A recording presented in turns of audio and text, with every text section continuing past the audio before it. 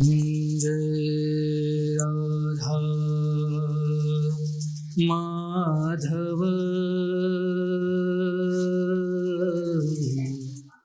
जय कुंज विहारी।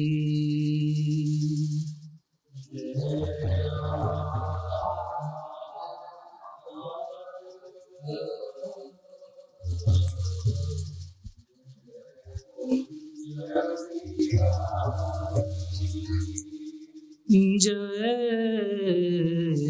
राधा माधव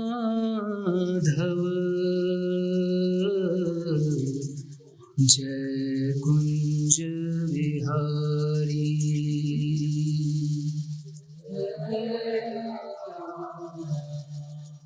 माधव जय कुंज विहारी। जय राधा माधव जय कुंज विहारी।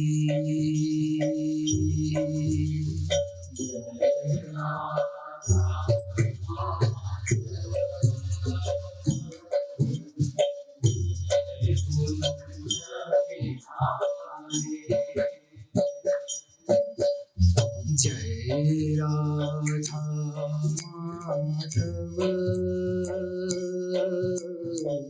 जय कुंज विहारी।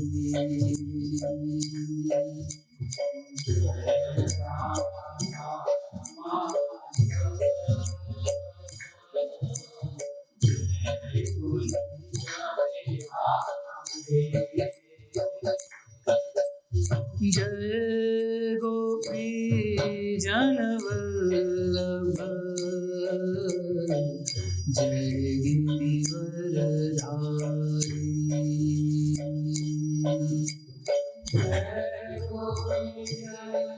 जन वल्लभ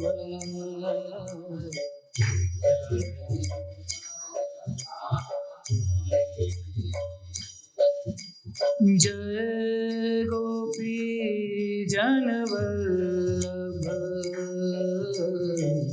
जय गिरिवरधारी।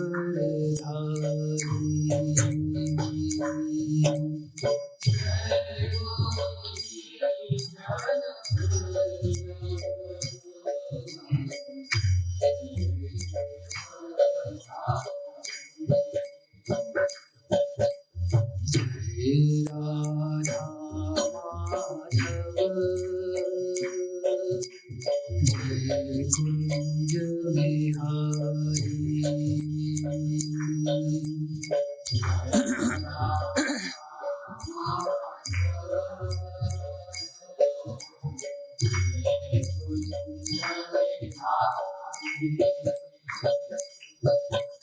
यशोदानंदन व्रज जनारंजना।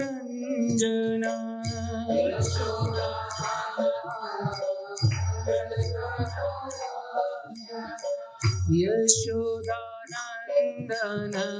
व्रज जनारंजना।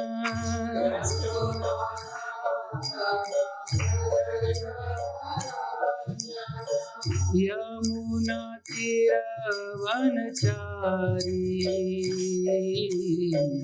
जय कुंज विहारी।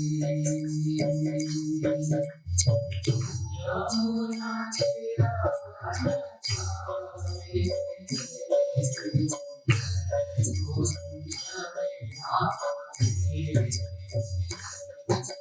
यमुना तीरवनचारी जय कुंज विहारी।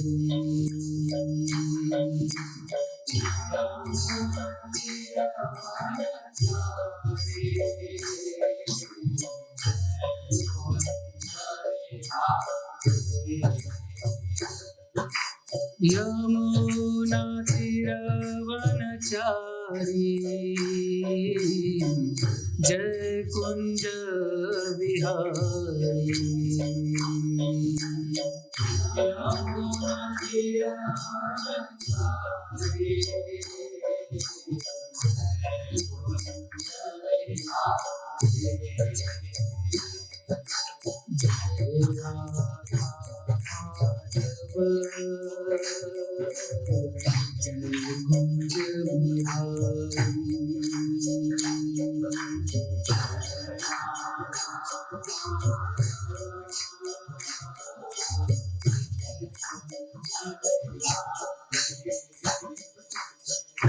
जय गोपी जन वल्लभ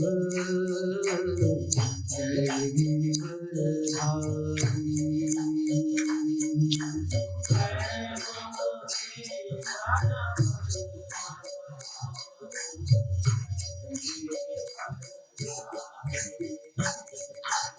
हरे कृष्णा कृष्णा कृष्णा हरे हरे हरे राम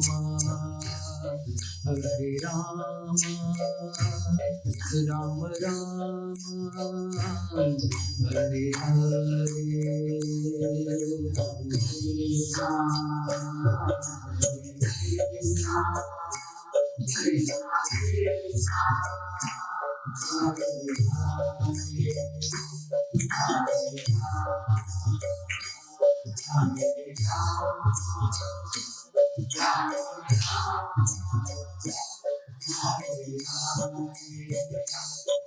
हरे कृष्णा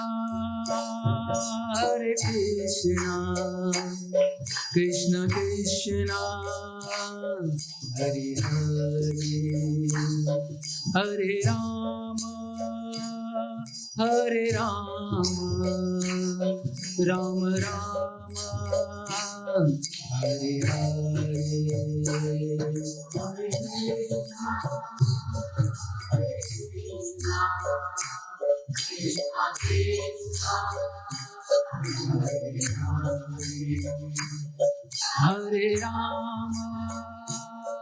हरे राम हरे Krishna Krishna Krishna Hare Hare Hare Ram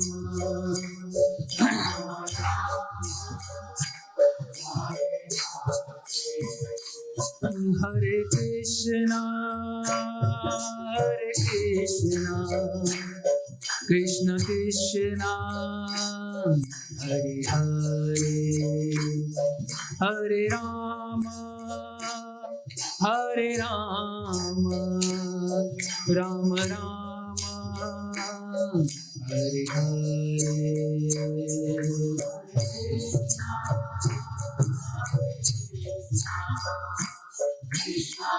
Krishna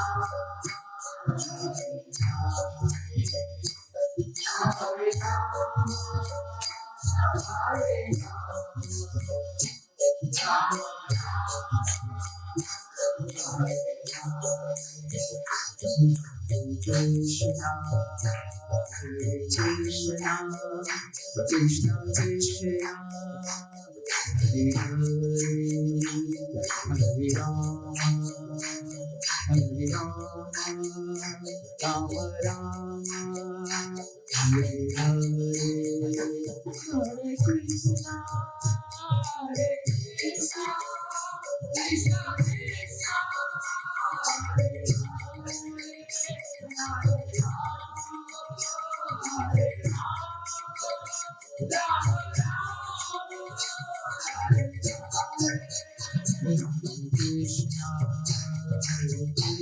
Krishna Krishna Krishna Hare Hare Hare Rama Rama Rama Hare Hare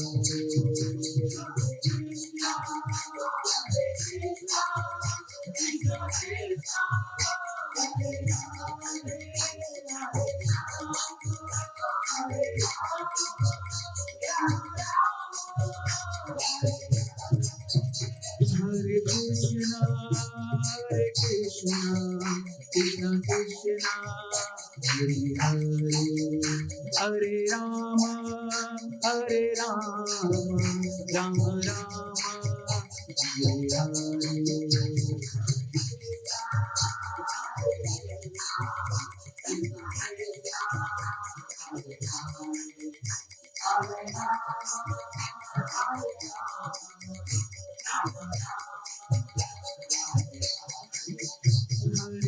Krishna, Hare Krishna, Krishna Krishna, Hare Hare, Hare Rama, Hare Rama, Rama Rama, Hare Hare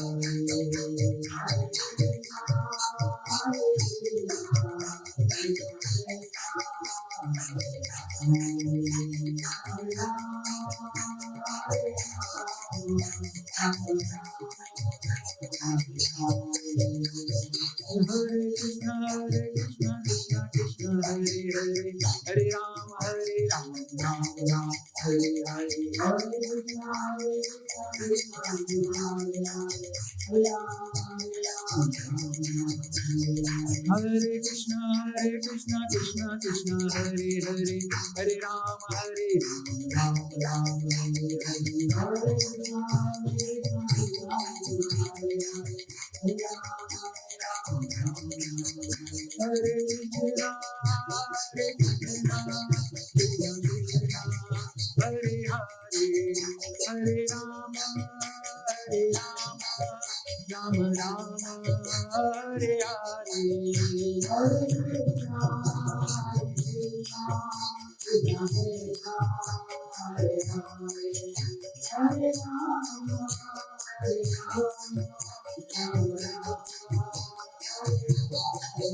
Jai Radha Shyam Sundar, Radha Shyam Sundar Radhe,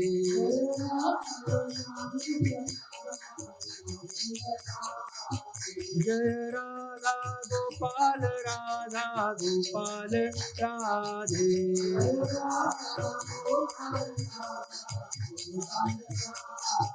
Jai Radha Raman, Radha Raman Radhe,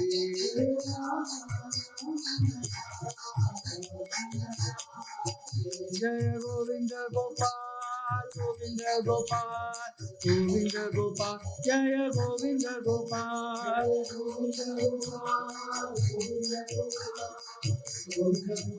Jai Jai Prabhupada, Prabhupada, Prabhupada,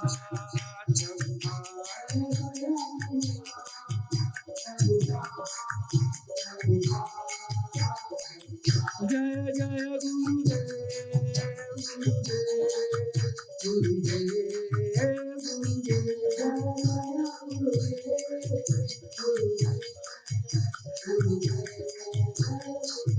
Nitai Gaur Hari Bol, Hari Bol, Hari Bol,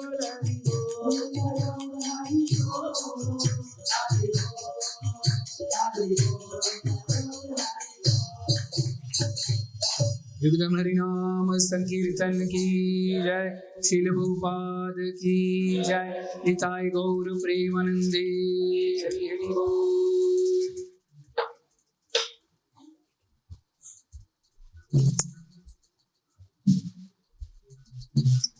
हरे कृष्ण।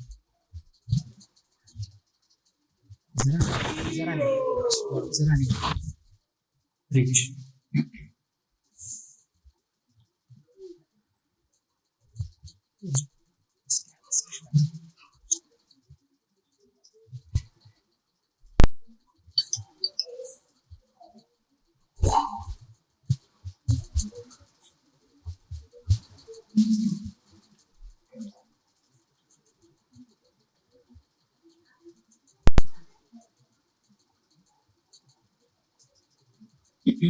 हरे कृष्णा, हरे कृष्णा। सभी भक्तों का बहुत बहुत स्वागत है साप्ताहिक कार्यक्रम में। तो आज हम जिस श्लोक पे चर्चा करेंगे वो भागवतम पहला स्कंद 18वां अध्याय और 13वां श्लोक है। तो सभी मेरे पीछे दोहराने। 13 है, 23 लिखा है, श्लोक सही लिखा है, संख्या गलत लिखा है। 13 नंबर श्लोक है। तो सभी मेरे पीछे दोहराने का प्रयत्न कीजिए। तुल्यं लवेनापि न स्वर्गं न पुनर्भवम् भगवत् संगस्य मर्त्यानां किमुताशिष। तुल्याम के साथ तुलना करना, लवेन क्षण मात्र में, अपि भी, न कभी, कभी नहीं, स्वर्गम स्वर्गलोक, न तो, अपुनः पदार्थ से मोक्ष, भगवत संगी भगवत भक्त, संगस्य संगति का, मर्त्यानाम मरने वालों का, किम क्या रखा है, उत कहने में, आशीष सांसारिक आशीर्वाद या वर। अनुवाद एवं तात्पर्य श्रील प्रभुपाद जी के द्वारा। श्रील प्रभुपाद की जय। भगवत भक्त के साथ क्षण भर की संगति के महत्व की तुलना ना तो स्वर्ग लोक की प्राप्ति से, ना पदार्थ से मुक्ति की प्राप्ति से की जा सकती है। उन सांसारिक वरदानों के विषय में क्या कहा जाए जो भौतिक संपत्ति के रूप में होते हैं और मृत्यु के लिए हैं। इसके तात्पर्य में श्रील प्रभुपाद जी हमें बताते हैं, एक वस्तु की तुलना दूसरे से तभी की जा सकती है जब कुछ समान बातें हों। हम शुद्ध भक्त की संगति की तुलना किसी भौतिक वस्तु से नहीं कर सकते। जो लोग भौतिक सुख के प्रति आसक्त होते हैं वे चंद्र, शुक्र तथा इंद्रलोक जैसे स्वर्गों की कामना करते हैं, किंतु जो भौतिक दार्शनिक चिंतन में उन्नत होते हैं वह भवबंधन से मोक्ष की कामना करते हैं। जब मनुष्य सभी प्रकार की भौतिक उन्नति से उद्विग्न हो उठता है तो वह विपरीत प्रकार के मोक्ष की कामना करता है जो अपुनर्भव या पुनर्जन्म ना होना कहलाता है। किंतु भगवान के शुद्ध भक्त स्वर्ग लोक में मिलने वाले सुख की कामना नहीं करते, न ही वे भवबंधन से मोक्ष चाहते हैं। दूसरे शब्दों में भगवान के शुद्ध भक्तों के लिए स्वर्ग लोक में प्राप्य भौतिक सुख माया जाल के समान होता है, और चूंकि वे सुख दुख की भौतिक धारणाओं से पहले से मुक्त रहते हैं अतः वे भौतिक जगत से भी मुक्त होते हैं।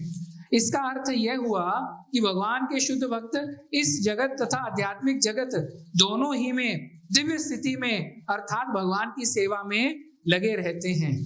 जिस प्रकार सरकारी नौकर सदा नौकर रहता है चाहे घर में हो या ऑफिस में या किसी अन्य स्थान में, उसी प्रकार भक्त को इस संसार से कुछ भी लेना देना नहीं रहता, क्योंकि वह एकांत भाव से भगवान की दिव्य सेवा में लगा रहता है। चूंकि उसे किसी भौतिक वस्तु से कोई सरोकार नहीं रहता, अतएव उसे भौतिक वरदानों से क्या मिलने वाला है, चाहे वह राजपद हो या इससे भी बड़ा कोई अन्य पद, क्योंकि यह शरीर के नष्ट होते ही समाप्त हो जाते हैं। भक्ति शाश्वत है, इसका कोई अंत नहीं होता, क्योंकि यह आध्यात्मिक होती है। अतएव शुद्ध भक्त की निधियां भौतिक निधियों से भिन्न होती हैं, अतएव दोनों की कोई समता नहीं है। सुत गोस्वामी भगवान के शुद्ध भक्त थे, अतएव नैमिषारण्य के ऋषियों के साथ उनकी संगति अद्वितीय है। भौतिक जगत के में निपट भौतिकतावादी की संगति ग्रहित समझी जाती है। भौतिकतावादी की को योषित संगी भी कहा जाता है, क्योंकि उसकी आसक्ति भौतिक मायाजाल अर्थात स्त्रियों तथा अन्य साज समान से होती है। ऐसी आसक्ति बद्ध है क्योंकि इससे जीवन के वरदान तथा संपन्नता दोनों दूर चले जाते हैं। इसका बिल्कुल उल्टा है भागवत संगी, जो सदैव भगवान के नाम, यश, गुण आदि की संगति में रहता है। ऐसी संगति वांछनीय है, पूज्य है, प्रशंसनीय है और उसे जीवन का सर्वोच्च लक्ष्य माना जा सकता है। ओम अज्ञानतिमिरान्धस्य ज्ञानाञ्जनशलाकया चक्षुरुन्मीलितं येन तस्मै श्रीगुरुवे नमः। श्रीचैतन्यमनोभीष्टं स्थापितं येन भूतले स्वयं रूप कदा मह्यं ददाति स्वपदान्तिकम्। वन्देऽहं श्रीगुरो श्रीयुतपदकमलं श्रीगुरून् वैष्णवांश्च श्रीरूपं सागरजातं सहगण रघुनाथान्वितं तं सजीवं साद्वैतं सावधूतं परिजनसहितं कृष्णचैतन्यदेवं श्रीराधा कृष्णपादान् सहगण ललिता श्रीविशाखान्वितांश्च। हे कृष्णा करुणा सिंधु दीनबंधो जगत्पते गोपेश गोपिका कांत श्री राधा कांत नमस्तुते।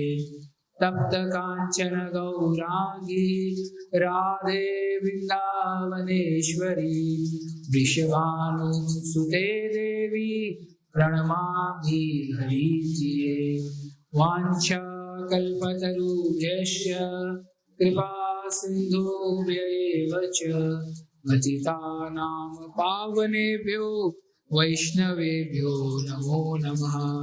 जय श्री कृष्ण चैतन्य प्रभु नित्यानंद श्री अद्वैत गदाधर श्रीवासादि गौर भक्तवृंद। हरे कृष्णा कृष्णा कृष्णा हरे हरे, हरे राम राम राम हरे हरे। हरे कृष्णा कृष्णा कृष्णा हरे हरे, हरे राम राम राम हरे हरे। हरे कृष्णा कृष्णा कृष्णा हरे हरे, हरे राम राम राम हरे हरे। हरे कृष्ण। तो आज का जो श्लोक है इसमें सबसे महत्वपूर्ण बात क्या बताई गई है?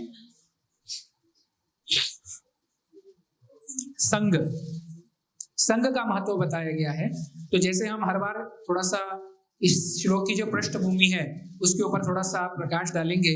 तो ये जो अध्याय है, कौन सा अध्याय है? ब्राह्मण बालक द्वारा परीक्षित महाराज को श्राप देना।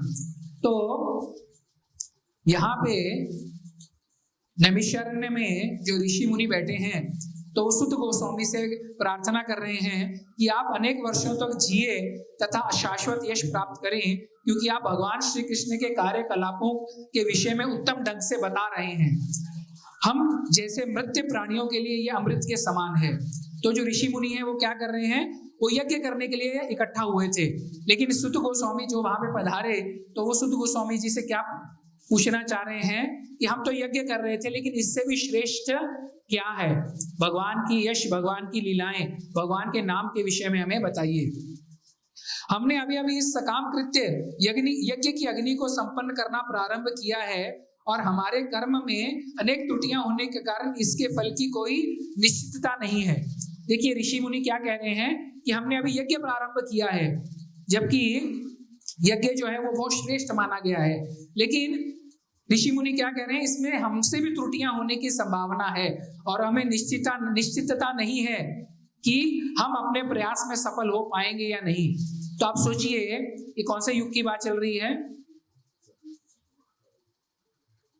कौन से युग की बात चल रही है? सुत गोस्वामी, द्वापर युग की बात चल रही है।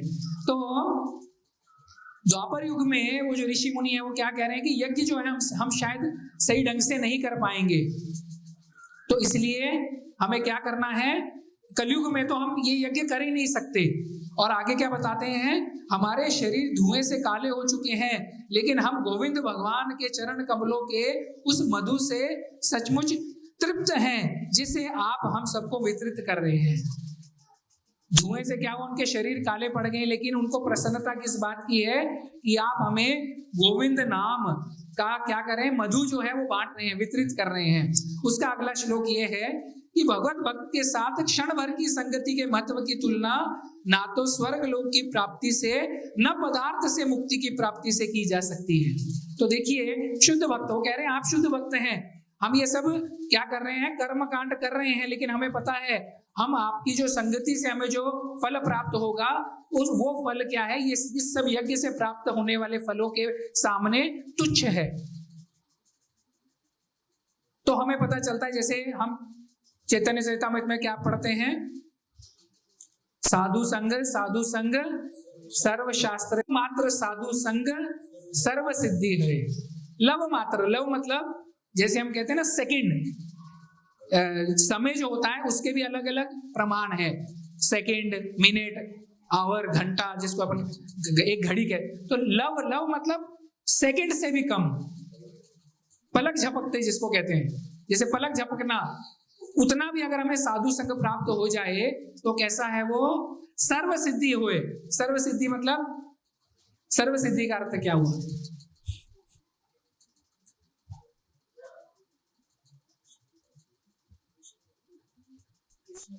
कृष्ण प्रेम प्राप्ति। सही है, आप भूल क्यों जाते हैं, हमारे लिए सिद्धि क्या है, केवल और केवल कृष्ण प्रेम प्राप्ति ही सिद्धि है। नहीं तो जो अष्ट प्रकार की सिद्धियां हैं, अनिमा लघिमा, वो सब क्या है, वो तो उसके बारे में प्रभुपाद बताते हैं तात्पर्य में कि वो क्या है, आपको अगर स्वर्ग का भी सुख प्राप्त हो जाए तो जैसे ये शरीर समाप्त होगा वो सब सुख क्या है, खत्म हो जाने वाला है। और इसके उदाहरण कौन कौन से हैं, साधु संघ के उदाहरण, मृगारी, वेरी गुड, बहुत सुंदर, मृगारी और प्रहलाद महाराज, वाल्मीकि जी और ध्रुव महाराज। अभी आपने जितने भी उदाहरण दिए हैं, अब प्रभुपाद, और तो आपने जितने भी उदाहरण दिए हैं, इसका एक प्रमुख जो क्या कहते हैं, प्रमुख अंग क्या है, मृगारी, ध्रुव महाराज, नारद मुनि, इन सबको किसका संग प्राप्त हुआ, नारद मुनि जी का। और नारद मुनि जी को किसका संग प्राप्त हुआ,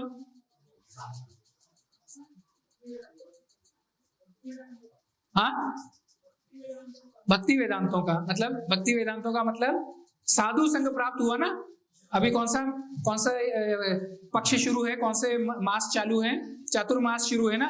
तो भागवत में ही बताया है पहले स्कंद में कि नारद मुनि बताते हैं ना कि जब चातुर्मास का समय था और भक्ति वेदांत, जो कि मतलब पूरे वेदांतों का, जिनको वेदों का ज्ञान था, वो क्या किए, हमारे यहाँ पे आके रुकते थे और मैं क्या करता था, उनका संग करता था। और संग भी क्या करता था, उनका सेवा और उच्चिष्ट खाता था। उच्चिष्ट, उनके जो बर्तन में बच जाता था वो मैं ग्रहण करता था। और आप सोचिए, केवल इतना करने के कारण नारद मुनि क्या हुए, आज नारद मुनि क्या है, 12 महाजनों में से एक हैं।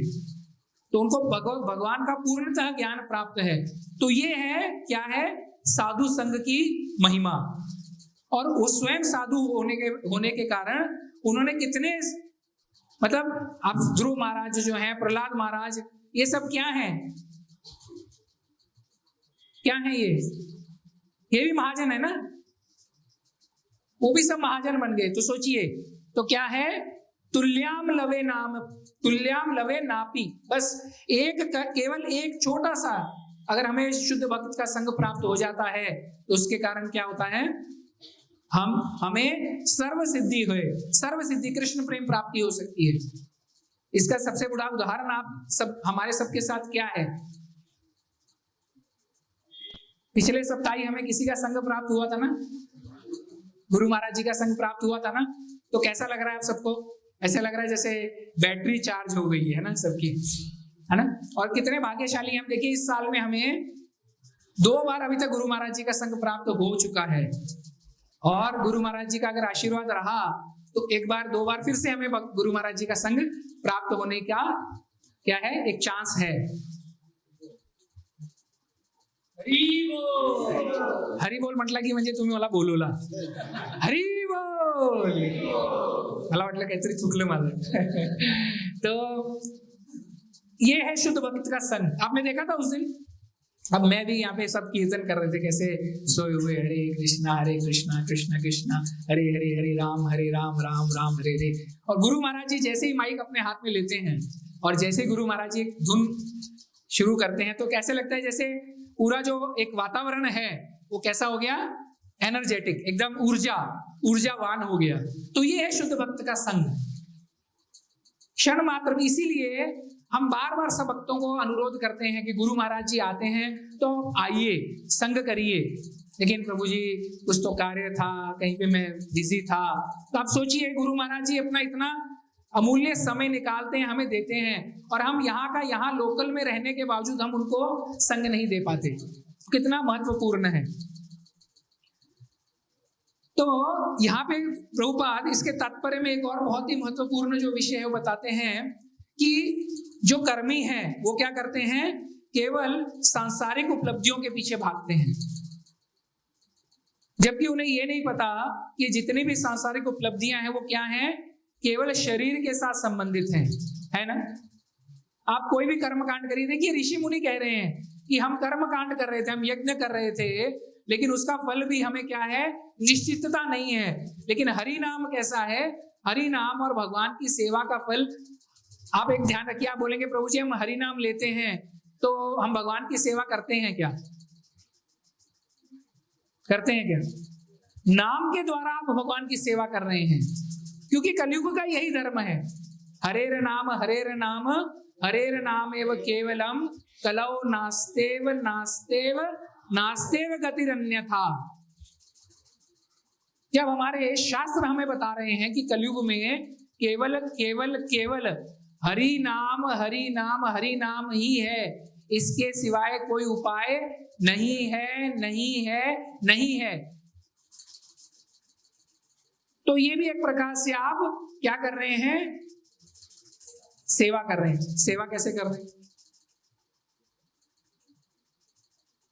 सेवा कैसे कर रहे हैं बताइए आप। हाँ, जब कीर्तन के द्वारा आप सेवा कैसे कर रहे हैं मुझे बताइए।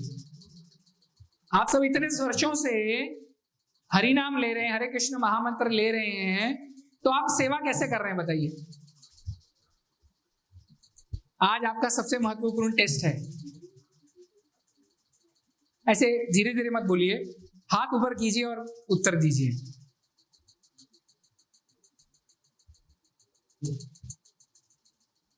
हाँ प्रभु जी, श्रवण कर रहे हैं, ठीक है, श्रवण कर रहे हैं।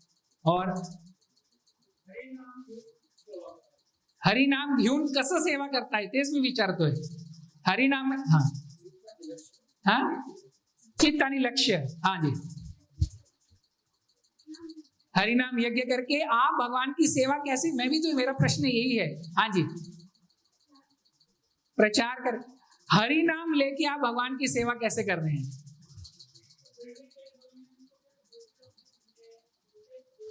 दूसरे लोग भी सुनते हैं, सेवा है।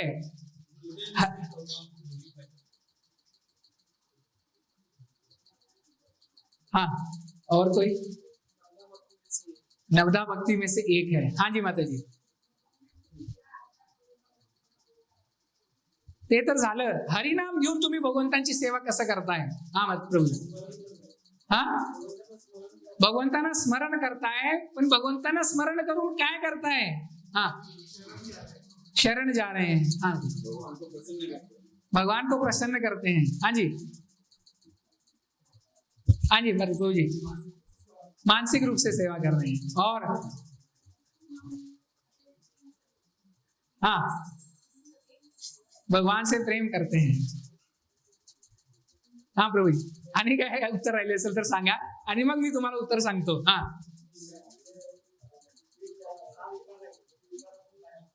सहा विकार आपले बाहेर पडतात, ते तुमची स्वतःची सेवा झाली, तुमचं स्वतःचं शुद्धीकरण झालं। भगवंतांची सेवा कशी झाली? नहीं? हाँ जी प्रभु, हरिनाम लेते हुए हम भगवान को ग्लोरीफाई कर रहे होते हैं। ठीक है, अब मैं आपसे एक और प्रश्न पूछता हूं, उस प्रश्न में ही इसका उत्तर है। हरे कृष्ण महामंत्र का अर्थ क्या है? अब सब शुरू, अब सबको पता आ गया, ध्यान में आ गया। हाँ जी, क्या अर्थ है? एक एक हाथ ऊपर करके। हाँ माता जी। सेवा दिया।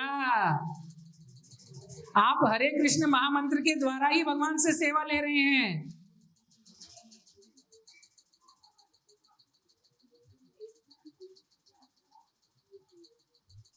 सही है। हरे कृष्णा कृष्णा कृष्णा हरे हरे, हरे राम राम राम हरे हरे। इसका अर्थ क्या है? हे राधा रानी, हे कृष्ण, हमें आपकी सेवा में लगाइए। यही हरे कृष्ण महामंत्र का अर्थ है, या मैं कुछ गलत कह रहा हूं? गलत कह रहा हूं? सही है ना? तो यही तो आप सेवा कर रहे हैं, भगवान की सेवा, भगवान से सेवा मांग रहे हैं। ये जो आपने सब उत्तर दिए, ये उसके बाय प्रोडक्ट हैं। जब हमारा श्रवण हो रहा है तो हमारा शुद्धिकरण हो रहा है। जब हमारा श्रवण हो रहा है तो हमारे अंदर के हृदय के जो अनर्थ हैं वो बाहर निकल रहे हैं, वो हमारा शुद्धिकरण हो रहा है। लेकिन हरे कृष्ण महामंत्र से हम सेवा कैसे कर रहे हैं? तो हम इसी प्रकार हरे कृष्ण महामंत्र जब कह रहे हैं तो भगवान से प्रार्थना कर रहे हैं कि हे भगवान, हमें अपनी सेवा में लगाइए, हमें कुछ अपनी सेवा का अवसर दीजिए।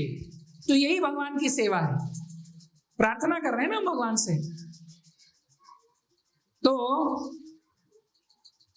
और जैसे हम देखते हैं यहां पे, और प्रभुपाद क्या बता रहे हैं कि जो शुद्ध भक्त है, अब जो तो कर्मी है, उसको शास्त्रों में ऐसा बताया गया है कि जो हरे कृष्ण महामंत्र का उच्चारण करता है तो जो सिद्धियां हैं वो हाथ जोड़ के, मतलब सिद्धि मोक्ष आदि जो है वो हाथ जोड़ के उसके सामने खड़े रहते हैं, उससे प्रार्थना करते हैं। क्या प्रार्थना करते हैं? हमें स्वीकार कीजिए।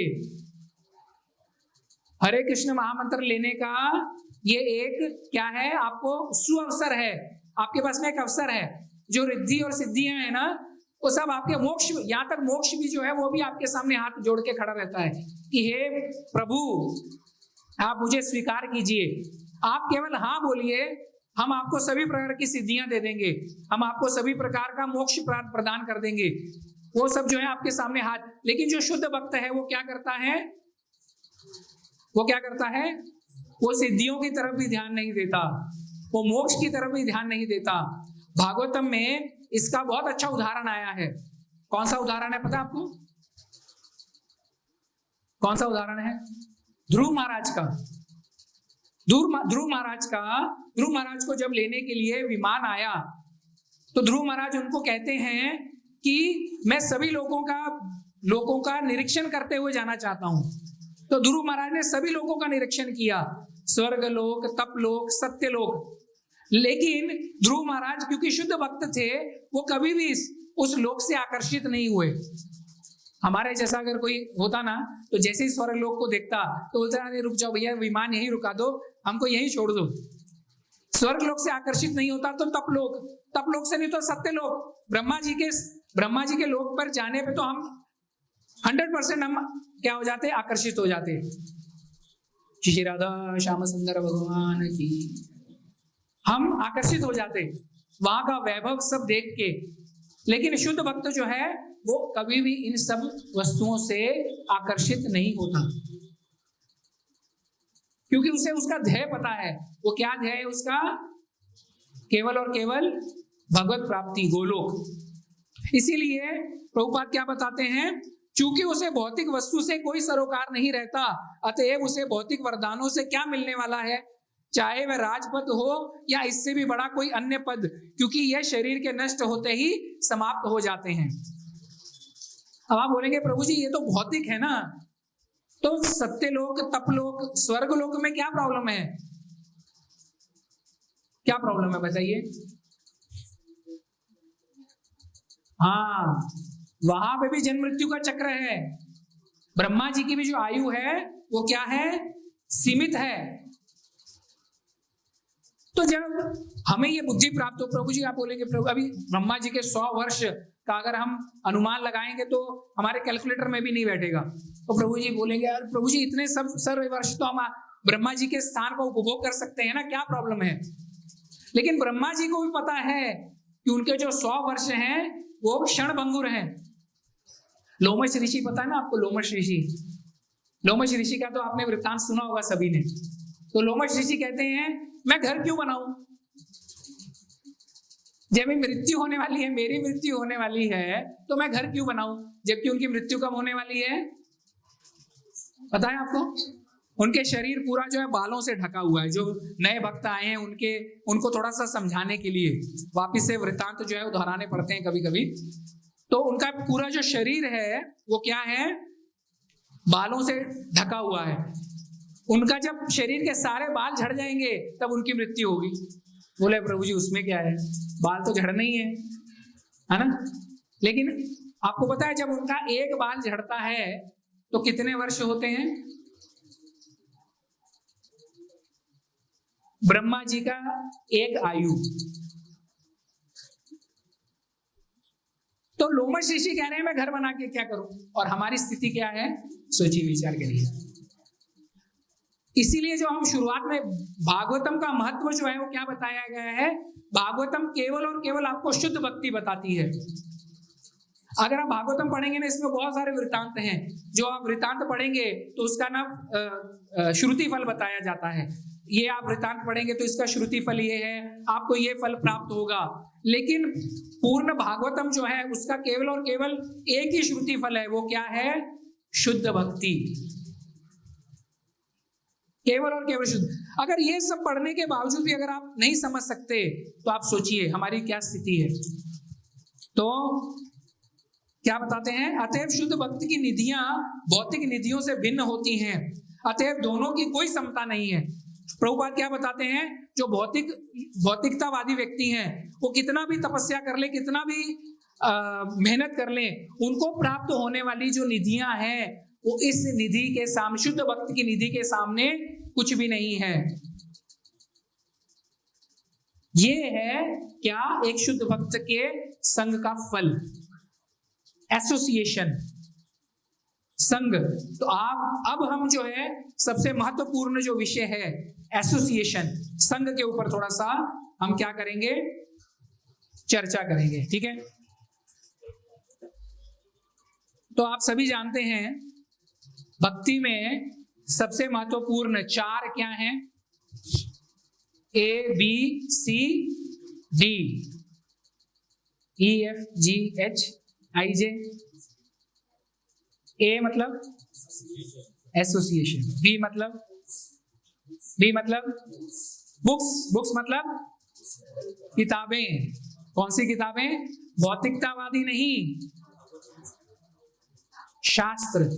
उसमें भी हम इस्कॉन वालों के लिए प्रभुपाद की किताबें, प्रभुपाद की किताबें पढ़ना बहुत आवश्यक है। प्रभुपाद कहते थे बुक्स आर द बेसिस। यदि आपको भक्ति में टिके रहना है तो मेरे जो ग्रंथ हैं उनका वाचन करिए, उन्हें पढ़िए। आप सभी के, वैसे तो सभी को पता है, लेकिन आप सभी के जानकारी के लिए कल गुरु महाराज जी के द्वारा रूपानुगा भक्ति वेदांत विद्यापीठ पंढरपुर का इनॉग्रेशन हुआ। बहुत सुंदर, तकरीबन 5:45 से लेके 8:30 बजे तक चला। पूरा ऑनलाइन था, जूम पे था, और प्रभुपाद जी के जो बहुत वरिष्ठ जो शिष्य हैं सभी वहां उपस्थित थे। गुरु महाराज जी बहुत प्रसन्न थे, क्योंकि प्रभुपाद की भी इच्छा थी कि ऐसा एक विद्यापीठ बनाया जाए। उस विद्यापीठ में बहुत सारे उपक्रम जो हैं वो लिए जाएंगे, जिसमें कि प्रभुपाद जी और बहुत ही, अभी गुरु महाराज जी 21 तारीख से लेकर 23 तारीख तक जपा रिट्रीट ले रहे हैं। आप सभी के सूचना के लिए बताना चाहेंगे, जपा रिट्रीट रहेगा 3 दिन का, अगले शुक्रवार, शनिवार, रविवार शाम को 3 घंटे का है, 7 से 10 है शायद, आपको मैं बता दूंगा, जैसे उसमें आया हुआ मैसेज गुरु। हाँ क्या नहीं, किसी को मालूम है टाइमिंग पता है, व्हाट्सएप पे आया हुआ है, थोड़ा सा देख लीजिए। तो गुरु महाराज जी जपा रिट्रीट 7 से 9, 6 to 9, 3 घंटे का है। मुझे 7 से 10 लग रहा था। 6 से 9 जपा रिट्रीट फ्री है, फ्री में है। जपा रिट्रीट मतलब परम पूज्य लोकनाथ स्वामी महाराज हमें जप करने की विधियां बताएंगे, शुद्ध हरिनाम हम कैसे ले सकते हैं। सभी से अनुरोध है, वैसे तो अगला रविवार रहेगा, कार्यक्रम रहेगा, उसको रिकॉर्डिंग में मिल जाएगा, लेकिन गुरुवार और शनिवार 2 दिन तो आप वो जो सेमिनार है वो अटेंड कर सकते हैं। उसके बाद में भक्ति शास्त्री कोर्स होने वाला है, उसके बाद में हारमोनियम कोर्स होने वाला है 6 महीने का कोर्स, उसके बाद में डीटी वर्शिप, आप अपने घर में किस प्रकार से भगवान की सेवा अच्छे ढंग से कर सकते हैं, वो भी 3 दिन का कोर्स है। शुल्क है केवल मात्र 300 रुपए। और मुकुंद दत्त प्रभु जी जो हैं वृंदावन के जो हेड पुजारी हैं, वो ये कोर्स लेने वाले हैं। तो ऐसे अलग अलग कोर्स लिए जाएंगे, प्रभुपाद की पुस्तकों के ऊपर कोर्स रहेंगे। आप अगर भक्ति वेदांत रूपानुगा भक्ति वेदांत विद्यापीठ टाइप करेंगे तो उसका होम पेज आएगा, इंटरनेट का पेज आएगा, उसके ऊपर सभी आप उसमें अपना अकाउंट बना लीजिए, फ्री में है। आप किस किस कोर्स में भाग लेना चाहते हैं उसमें ले सकते हैं, रजिस्ट्रेशन कर सकते हैं। आप जब अपना लॉगिन करेंगे, आपका अकाउंट जो रहेगा उसमें दिखाया जाएगा कि आपने किस किस कोर्स में भाग लिया है। बहुत ही सुंदर, बहुत ही अच्छा उपक्रम है। तो प्रभुपाद कहते थे बुक्स आर द बेसिस। तो ABC चैंटिंग मतलब जप करना, और D मतलब डाइट मतलब प्रसाद। तो ये जो 4 हैं ABCD, ये हमारी भक्ति का क्या है, फाउंडेशन है। जैसे कोई भी जो एक हॉल होता है या कोई भी एक इमारत होती है, वो फाउंडेशन पे होती है ना अपने, है ना, नींव उसकी। तो उसके 4 पिलर, ये 4 पिलर हैं ABCD। तो एसोसिएशन, भक्तों का संघ। तो भक्तों का संघ क्यों महत्वपूर्ण है, उसके ऊपर हम थोड़ा चर्चा करेंगे। तो हम देखते हैं शुरुआत में जब हम भक्ति में आते हैं, आपको मालूम है ना भक्ति के 9 स्टेजेस क्या हैं। सबसे पहला स्टेज क्या है, आदो श्रद्धा तत साधु संग। सबसे पहले हमारे मन में श्रद्धा होती है, फिर हम क्या करते हैं, साधु संग लेना शुरू करते हैं। साधु संग के बाद क्या है, ततो भजन क्रिया, फिर अनर्थ निवृत्ति, फिर निष्ठा, रुचि, आसक्ति, भाव, प्रेम। अभी हम लोग कहां पे पहुंचे हैं,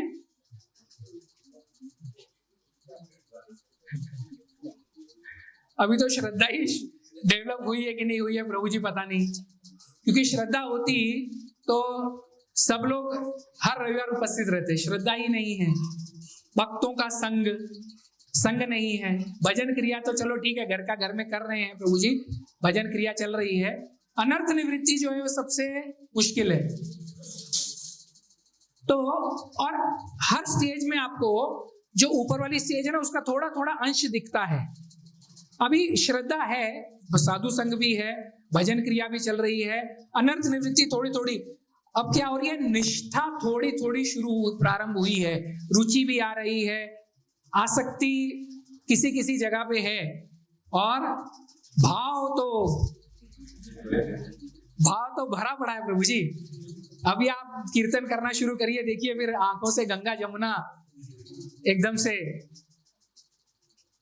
और फिर प्रेम है प्रभु जी भगवान के प्रति। तो इचलगंज जी के सभी भक्तों का बहुत अच्छा प्रेम है, बहुत अच्छा गुरु महाराज जी के प्रति, श्री राधा श्याम सुंदर जी के प्रति बहुत अच्छा प्रेम है, इसमें तो कोई दो राय नहीं है। लेकिन जब हम इससे पीछे आना शुरू करते हैं, अनर्थ निकले क्या, नहीं निकले। फिर भजन क्रिया ढंग से हो रही है क्या, साधु संग में बहुत बड़ी प्रॉब्लम है ना। भक्तों के साथ में कुछ ना कुछ मन मुटाव, कुछ ना कुछ चलता रहता है। तो आज थोड़ा सा आपको इसके बारे में प्रैक्टिकल टिप्स बताएंगे कि भक्तों के साथ में हम कैसे आदान प्रदान करें और कैसा हमारा उनके साथ में बर्ताव होना चाहिए। तो सबसे पहला इसका नियम आप लिख लीजिए या ध्यान रखिए, treat everyone you encounter as if success of your spiritual life depends upon the quality of your interactions with them. प्रभु जी आपने क्या बोला, इसका हिंदी में अनुवाद करिए। तो आप अपने जो समकक्ष हैं, जो बाकी भक्त हैं, जो बाकी के डिवोटीज हैं, उनके साथ में आप ऐसा व्यवहार करिए कि आपके आध्यात्मिक जीवन की प्रगति या सफलता आप उनके साथ कैसा व्यवहार करते हैं इसके ऊपर निर्धारित है। समझ में आया? आप आध्यात्मिक जीवन में सफल होना चाहते हैं? हाँ, सफलता की कुंजी क्या है? सफलता की क्या है? आप जैसा दूसरे डिवोटीज के साथ व्यवहार करेंगे उसके ऊपर आपकी सफलता निर्भर करेगी। खत्म। अब आप सोच लीजिए आपको सफल होना है कि नहीं होना। आप अगर दूसरे डिवोटीज के साथ अच्छा व्यवहार करेंगे आपकी सफलता निश्चित है। आप अगर उनके साथ अच्छा व्यवहार नहीं करेंगे तो सफलता गारंटेड नहीं है। ठीक है, समझ में आ गया? क्लियर? हम भगवान की सेवा और गुरु महाराज की सेवा तो बहुत अच्छी तरह से करते हैं। हम जब दीक्षा लेते हैं तो हमारा नाम भी क्या होता है? श्रीवास पंडित दास। तो दास की भावना हमारे में है क्या? प्रभु जी बोल रहे नहीं है। धन्यवाद प्रभु जी। प्रभु जी ने बोल दिया प्रभु जी आप में तो नहीं है। मजाक कर रहा था। सही है, मेरे में भी है। मैं ये आपको भी क्यों समझा रहा हूं? क्योंकि ये समझाऊंगा तो शायद मेरे भी थोड़ा खोपड़ी में जाएगी और मुझे भी लगेगा कि हाँ, मेरा जो आध्यात्मिक जीवन है उसकी सफलता मैं आप सब लोगों को कैसे, आप सबकी सेवा कैसे करता हूं इसके ऊपर निर्भर है। तो हम दूसरे भक्तों की सेवा किस मूड में करते हैं? अब भगवान की सेवा करते हो तो हमारे मन में बहुत भाव है, एकदम भाव भरा पड़ा है। लेकिन हम जब भक्तों की सेवा करते हैं तब हमारे मन में कैसा भाव है इसके ऊपर हमारे आध्यात्मिक जीवन की सफलता निर्भर करती है। और अगला पॉइंट बताते हैं कि हमें केवल भक्तों की सेवा अपने शरीर से नहीं करनी, हमारे मन से भी करनी है। प्रभु जी एक सेवा है, करना क्या है? हाँ प्रभु जी कर दो की। प्रभु जी जरा जी भांडे आना ना। ठीक है, आपने अपने शरीर से तो सेवा कर दिया, अंदर से बर्तन लेके आ गए, बर्तन जमा दिया, लेकिन मन से नहीं किया। तो जो सेवा है वो मन से होनी चाहिए। ठीक है, सबके साथ ऐसा होता है, मेरे साथ भी ऐसा होता है। कभी कभी शरीर थक जाता है, ऐसा लगता है कि अब ये कौन सी सेवा, लेकिन प्रयत्न करना चाहिए। यही देखिए, जो आध्यात्मिक जीवन है ना, ये हमेशा प्रैक्टिस है। और जिस दिन आपकी पूरी प्रैक्टिस हो गई तो आप भगवत धाम जाने के लिए क्वालिफाई हो गए। You are qualified, your visa is approved. आपको वीजा मिल गया, पासपोर्ट मिल गया आपको भगवत धाम जाने का। तब तक, अंतिम क्षण तक क्या है? केवल प्रैक्टिस, प्रयास। प्रयास करने से नहीं हमें रुकना चाहिए। हमारा नहीं मन मान रहा, कोई बात नहीं, प्रयास करना चाहिए। फिर बताते हैं कि अगर हम ये करते वक्त जरा सा भी हमसे कहीं पे गलती या असावधानी हुई तो वो क्या है? वैष्णव अपराध। और वैष्णव अपराध जो है वही जो है, वो जो पहली, दूसरी, तीसरी, चौथी सीढ़ी क्या है? अनर्थ निवृत्ति। उसमें सबसे बड़ा अगर कोई बैरियर या दीवार है वो क्या है? वैष्णव अपराध। वैष्णव अपराध हमसे होते ही रहते हैं, वो चाहे शरीर से ना हो लेकिन मन से तो होते रहते हैं। सभी की, मेरी भी यही स्थिति है। लेकिन हमें क्या करना चाहिए? प्रयास। प्रयास महत्वपूर्ण है। उसके बाद में एक और महत्वपूर्ण बात बताते हैं कि अगर आपका किसी भक्त के साथ में मन मुटाव है तो मन मुटाव को हमें किस प्रकार से देखना है? किस प्रकार से देखना है? आपका अगर किसी भक्त के साथ झगड़ा हो गया तो आप उसको किस प्रकार से एनालाइज करोगे, किस प्रकार से देखोगे?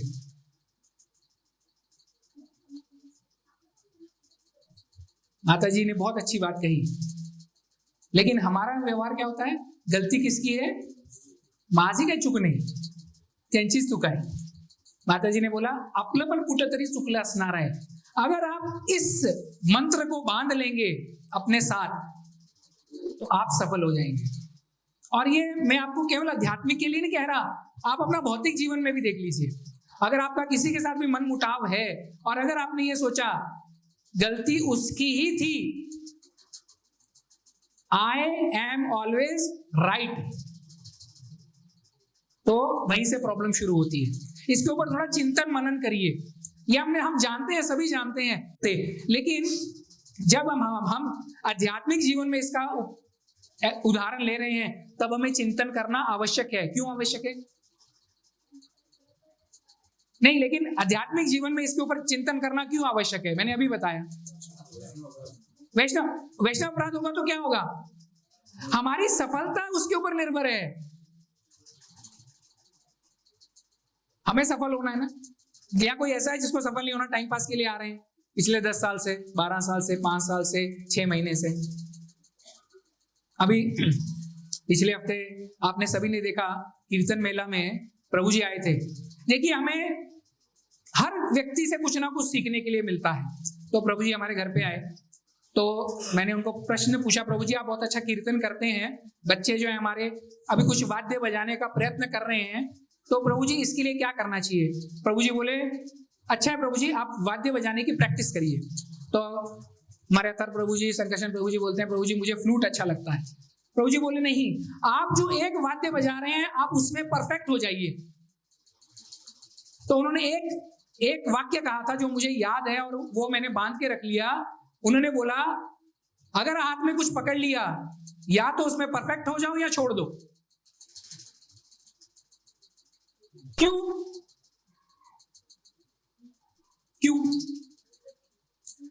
अगर आप उसमें परफेक्ट नहीं हैं तो आपको कोई बैठने नहीं देगा. अगर आपको मृदंग अच्छी तरह से बजाना नहीं आता, गुरु महाराज जी के साथ मृदंग बजा सकते हैं? नहीं बजा सकते. अगर आप कीर्तन अच्छा नहीं करते हैं, आपको अच्छी तरह से आप गुरु महाराज जी के साथ लीड कर सकते हैं, उनके साथ कोरस में गा सकते हैं? नहीं गा सकते. अगर आपको करताल बजाना नहीं आता तो आपको कोई कीर्तन में करताल बजाने नहीं देगा. करताल तभी हाथ में पकड़ो या तो उसको परफेक्ट कर लो या उसको पकड़ो ही नहीं. बोले प्रभु जी फिर क्या करें? वो दोनों के बीच में क्या है? प्रयास. ठीक है ना. अब आप बोले प्रभु जी मेरे तो करताल बजाने है, मैं अगली बार से कीर्तन में नहीं बैठूंगा. आपने अभी बोला प्रभु जी आध्यात्मिक जीवन में सफलता आवश्यक है, मैं तो सफल नहीं हो सकता, मैं तो अभी आध्यात्मिक जीवन मैं छोड़ दूंगा. अभी केवल हमारे हाथ में क्या है? कर्मण्येवाधिकारस्ते मा फलेषु. केवल और केवल प्रयास करना हमारे हाथ में, कर्म फल की इच्छा करना हमारे हाथ में नहीं है. तो आप ये ध्यान, अगर आप आध्यात्मिक जीवन में आए हैं, आप हर रविवार 3 घंटा यहाँ पे अपना समय दे रहे हैं, तो आप सफल होने का ही ध्येय रखिए. ये नहीं कि हाँ प्रभु जी इचलकरंजी में आजकल जो अच्छे अच्छे सब घरों के व्यक्ति हैं ना, हमारे सब जो मित्र परिवार हैं, वो आजकल इस्कॉन जा रहा है, तो हम भी इस्कॉन आ रहे हैं. इसीलिए क्यों? क्योंकि वहां पे सब अच्छे अच्छे व्यक्ति आते हैं, अच्छा प्रसाद मिलता है. उद्देश्य ये नहीं है. उद्देश्य क्या है? आप सबको जन्म मृत्यु के चक्र से बाहर निकालना, ये कृष्ण भावनामृत संघ का उद्देश्य है. ध्यान में रखिए, इसलिए इसको लाइटली मत लीजिए. ठीक है. तो 3 प्रकार के व्यक्ति बताए गए हैं. एक है असुर. असुर कैसे होते हैं? हमेशा दूसरों में दोष, माझी काही चूक नव्हती, चूक कोणाची? दूसरा है सुर. एक तो असुर हो गया, दूसरा क्या है? सुर. सूर नहीं, सुर नहीं, सुर. सुर क्या देखता है? वो केवल अपने मेरे में दोष है, मेरे में दोष है. और शुद्ध भक्त क्या है? शुद्ध भक्त क्या है?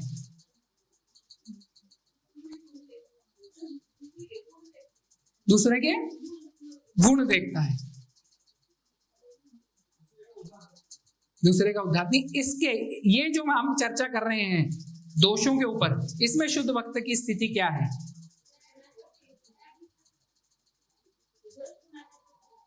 दोष कुणाचा?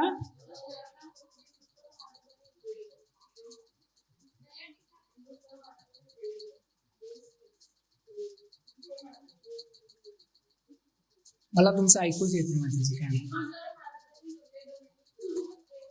युधिष्ठिर महाराजांचं उदाहरण. युधिष्ठिर महाराज, बरोबर आहे, बरोबर आहे ना, युधिष्ठिर महाराजांचं उदाहरण. हा बोल.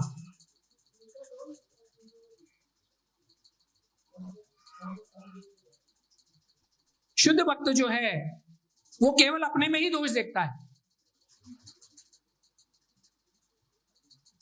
वो केवल अपने ही दोष देखता है, वो दूसरों के दोषों की तरफ ध्यान ही नहीं देता. अब आप बताइए हमारे में से कितने ऐसे हैं?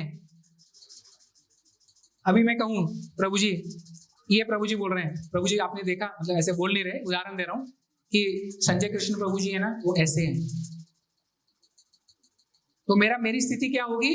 मैं संजय कृष्ण प्रभु जी के दोष देखने लग जाऊंगा. लेकिन अगर मैं इनकी बात नहीं सुनता, केवल अपने मुझे क्या करना है? अगर मैं संजय कृष्ण प्रभु जी के दोष देख भी लूंगा तो मैं उनको बदल सकता हूं? उनको बदलने वाला कौन है? कौन बदलेगा संजय कृष्ण प्रभु जी को? हाँ, खुद ही बदलेंगे ना. तो मैं तो नहीं बदल सकता, तो मैं उनका दोष क्यों देखूं? मैं केवल अपने, हमें केवल अपना आप देखना है. ये है शुद्ध भक्त. युधिष्ठिर महाराज क्या कहते हैं?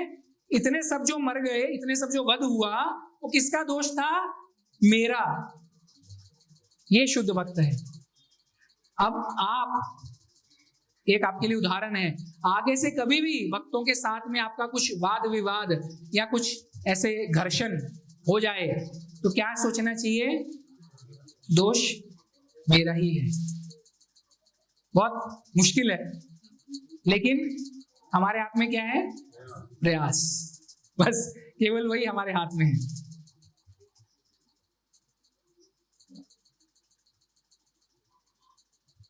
उसके बाद में शुद्ध भक्त जो है वो केवल अपने दोष देखता है और उन दोषों को दूर करने के लिए वो क्या करता है?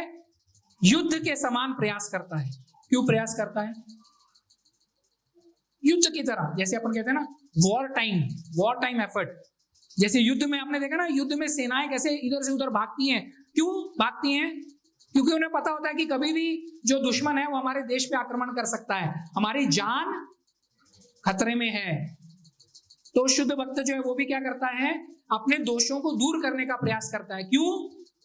क्योंकि उसकी भी जान खतरे में है ना. शरीर कभी भी छूट सकता है ना. तो हमेशा ये प्रयास करता है कि मेरे में जो दोष हैं वो मैं क्या करूं? इसको फटाफट इसको दूर करने का प्रयास करूं. और जो शुद्ध भक्त है वो कभी भी दूसरे के जो पर्सनैलिटी को इंग्लिश में क्या कहेंगे? व्यक्तित्व. दूसरे के जो व्यक्तित्व में दोष है ना, उसको देखने का और उसको दूर करने का प्रयास नहीं करता. वो अपना टाइम वेस्ट नहीं करता. पहले तो वो देखता ही नहीं है. क्यों? क्योंकि टाइम वेस्ट होगा. और उसके व्यक्तित्व में जो दोष हैं वो हम नहीं दूर कर सकते, है ना.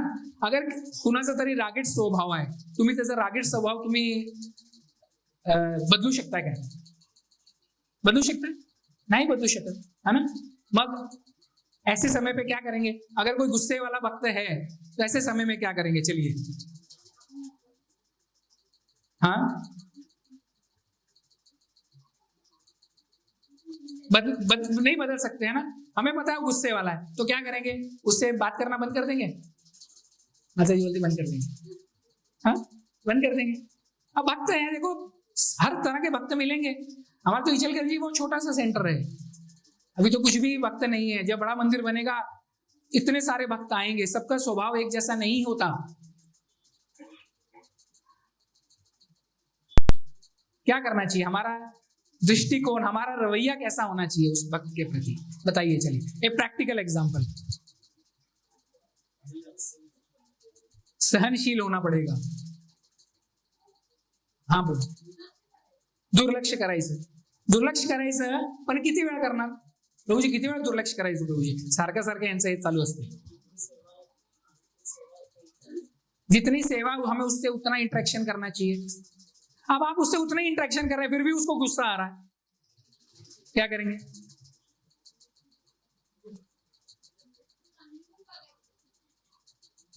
सगळं आपण चांगले गुण सगळे बघितले माताजी, पण अजून ते गुस्सा जा ही नहीं रहा। अब आप अभी आप साथ में सेवा कर रहे हैं, सामने वाले ने आप पे चिल्ला दिया, अब आप उसके अच्छे गुण क्या देखेंगे? आपको तो उसका रावण का रूप नजर आ रहा है, आपके पास भी इतना समय ही नहीं है उसका अच्छा गुण देखने का। तो सबसे बड़ा उपाय क्या है उसका? प्रभूजी मला क्षमा करा, माझ्याकडनं काहीतरी चूक झाली असेल, मला क्षमा करा। प्रभूजी किती वेळा क्षमा मागायची? 10 वेळा मागितली प्रभूजी, 11 बार मांगिए, 12 बार मांगिए। क्या है हमारे हाथ में? हमारे हाथ में क्या क्या है? प्रयास। केवल हम प्रयास कर सकते हैं। तो ये आप जब उससे क्षमा मांगेंगे तो 100%, मतलब मेरा अनुभव है या आपका भी अनुभव होगा, सामने वाला सोचेगा यार मैं इसके ऊपर कितना चिल्लाता हूं, ये मुझे कब कुछ बोल। वही आपका टेस्ट है। हमारे शास्त्र ऐसा बताते हैं कि जब कोई आपके ऊपर चिल्ला रहा है तो आप ऐसा विचार करिए कि शायद पूर्व जन्म में मैं भी इसके ऊपर चिल्लाया था। और प्रभु जी के लिए मैं एक गुरु मंत्र मैं भी देता हूं आपको एक। माता जी अगर आपके ऊपर चिल्लाती हैं तो आप ये सोचिए कि पूर्व जन्म में मैं स्त्री था और मैं भी माताओं के ऊपर ऐसे ही चिल्लाया था, ये सच में। और आप जब इस चीज को सहन करना सीख जाएंगे उसके बाद में बहुत जीवन जो है बहुत आसानी से चलेगा। ये गुरु मंत्र है।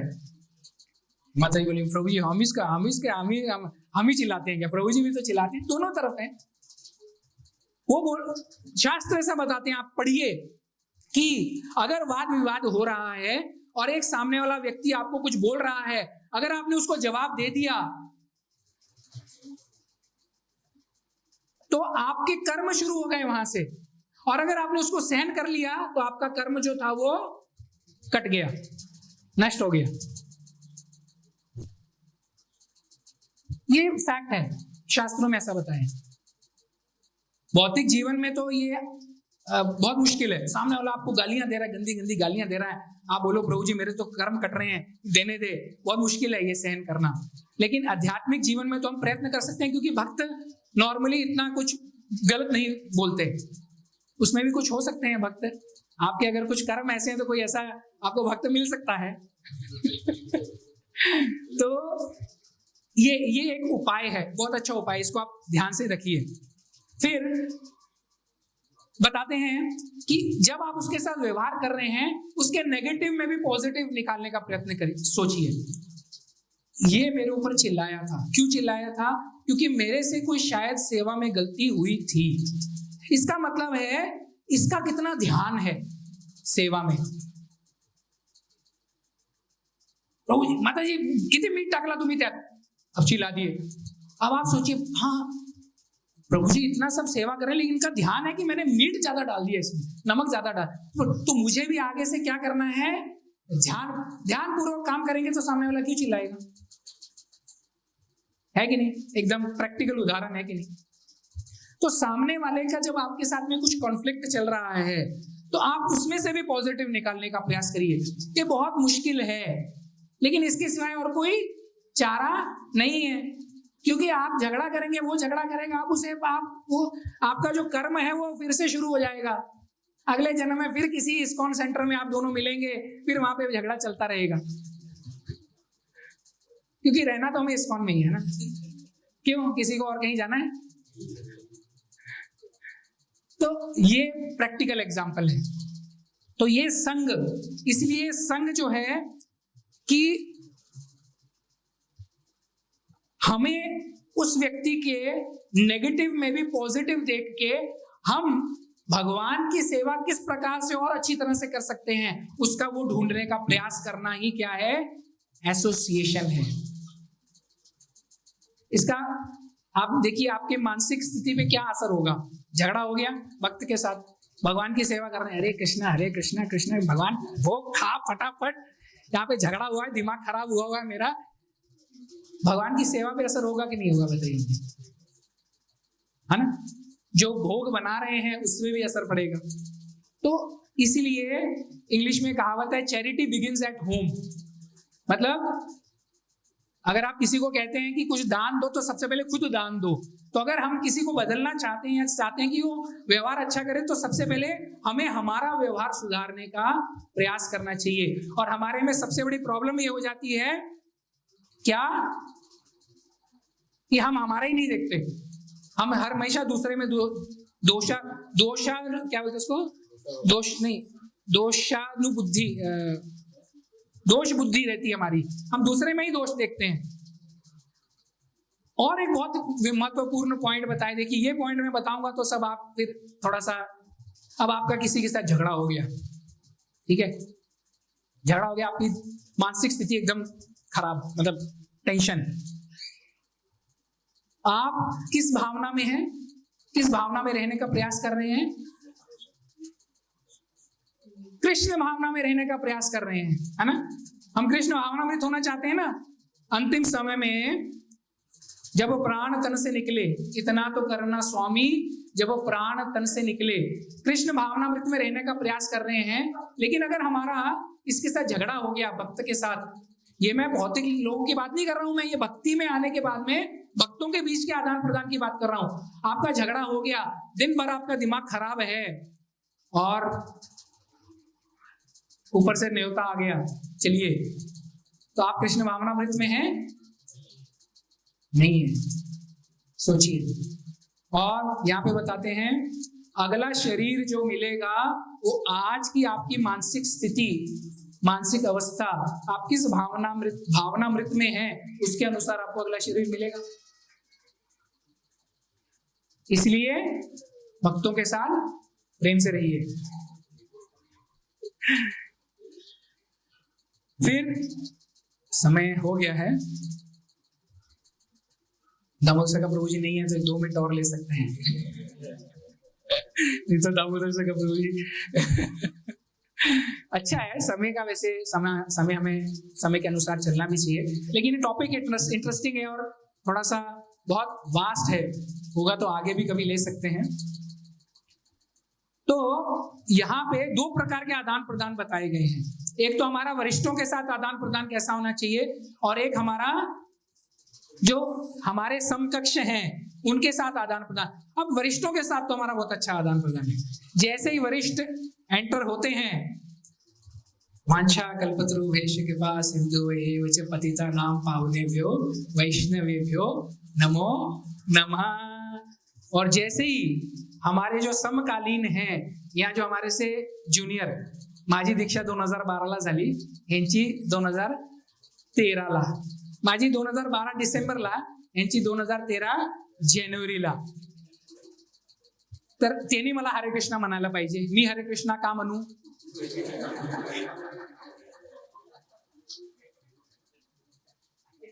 आप लोग हंस रहे हैं, मतलब आप लोग ऐसे ही करते हैं, मुझे लगता है। 1 महीना तो मैं सीनियर है ना, 1 महीना तो मैं सीनियर हूं। अब प्रॉब्लम क्या आती है, जो 2012 वाला भक्त था ना, वो तो बेचारा ग्रस्त था, उसको इतना सेवा करने का समय नहीं मिला। और जो 2013 जनवरी में या 2 साल बाद भी जिसकी दीक्षा हुई, उसने मंदिर में जाके सेवा की, उसकी ब्राह्मण दीक्षा पहले हो गई। अब तो और कंफ्यूजन, अब वो मुझे हरे कृष्णा करना चाहिए या मैं उसको वांछा कल्पतरु करूं? क्यों? ब्राह्मण दीक्षा, हरिनाम दीक्षा मेरी पहले हुई, लेकिन ब्राह्मण दीक्षा तो उसकी पहले हो गई।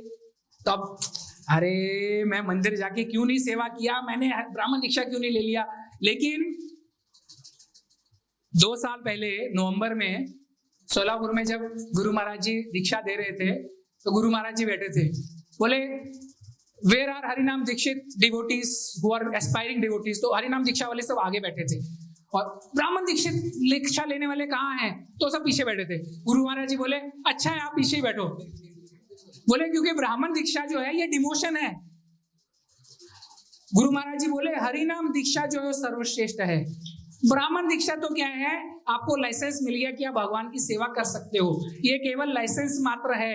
इसलिए जो ब्राह्मण दीक्षित भक्त हैं उनको ज्यादा प्रसन्न नहीं होना चाहिए कि हमें ब्राह्मण दीक्षित भक्त हैं, हम तो डिमोटेड हैं। हमारा डिमोशन मतलब क्या बोलते हैं, पदोन्नति और जो भी है, अधोनीति कह लो, जो भी है, मतलब आप समझ गए। तो ये स्थिति है। तो हमारा आदान प्रदान कैसा है, इसके ऊपर भी हमारा आध्यात्मिक जीवन निर्भर है। क्यों है, चलिए ये प्रश्न करते हैं और यहाँ पे हम आज का सत्संग जो है उसको विराम देते हैं। बताइए,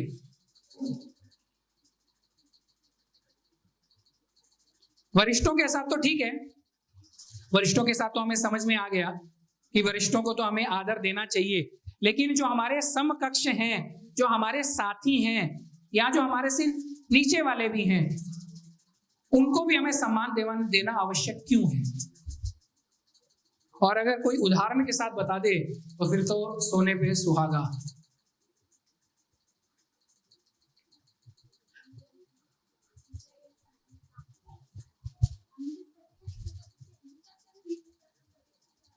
वो वैसे ही आपका बात बिल्कुल सही है। जैसे भगवत गीता में भी कहा गया है कि शुनि चैव शवपाकेच, जो एक शुद्ध भक्त होता है वो सबको एक समान स्तर पे समझता है, लेकिन उस स्थिति में जाने के लिए तो हमें बहुत स्थिति हमारी भी, लेकिन आज की स्थिति में अगर हमें उसका क्या कहते हैं, उसको फॉलो करना है, उसका अनुगमन करना है, तो उसका क्या कारण है, आध्यात्मिक जीवन में इसका क्या महत्व है? तो आपको सबको ध्रुव महाराज की कथा पता है? ध्रुव महाराज की कथा पता है ना? दो माँ थी उनकी, कौन सी? सुनीति और सुरुचि। ध्रुव महाराज किसके पुत्र थे? सुनीति के। और सुरुचि का पुत्र कौन था? उत्तम। सुरुचि और उत्तम की क्या अवस्था हुई थी?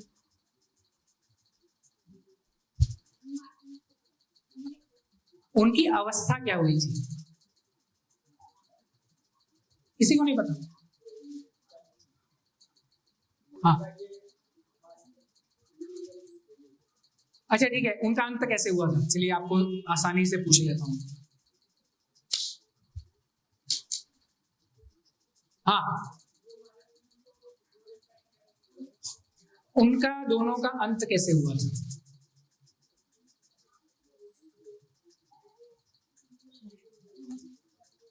जंगल में जलने के कारण मृत्यु हुई थी, किसी को पता है? हाँ, पता है? जंगल में गए थे और वहां पे क्या हुआ, जलने के कारण दोनों की मृत्यु हो गई थी। और ध्रुव महाराज इतने शुद्ध भक्त थे कि उनके जो युद्ध हुआ था और उसके बाद में जंगल में आग के कारण दोनों की मृत्यु हो गई। तो ध्रुव महाराज जो थे अपने भाई का बदला लेने के लिए उन्होंने युद्ध किया था। तो मुझे बताइए, उत्तम और उसकी माता जो थी, उनकी ऐसी गति क्यों हुई? जब सुरुचि ने उनके प्रति अपराध किया था ध्रुव महाराज के प्रति, तब ध्रुव महाराज इतने शुद्ध भक्त नहीं थे। बाद में ध्रुव महाराज ने भक्ति की। अब आप कहेंगे उन्होंने ध्रुव महाराज के प्रति अपराध किया था, है ना? लेकिन जब अपराध किया था तब तो वो शुद्ध भक्त नहीं थे,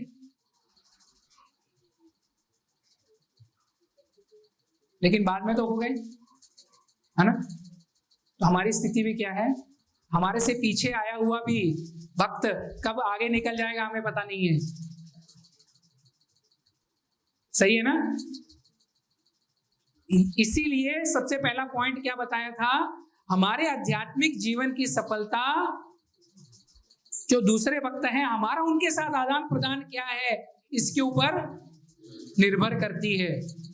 आज तो हमें लग रहा है अरे कल का आया हुआ ये लड़का है, ये हरिनाम दीक्षा इसकी अभी तो हुई है, और ठीक है, इसको क्या हरे कृष्णा बोलना, इसको क्या इंपॉर्टेंस देना, इसको क्या इज्जत देना, लेकिन वो भक्त कब आगे निकल जाएगा? शुद्ध भक्ति।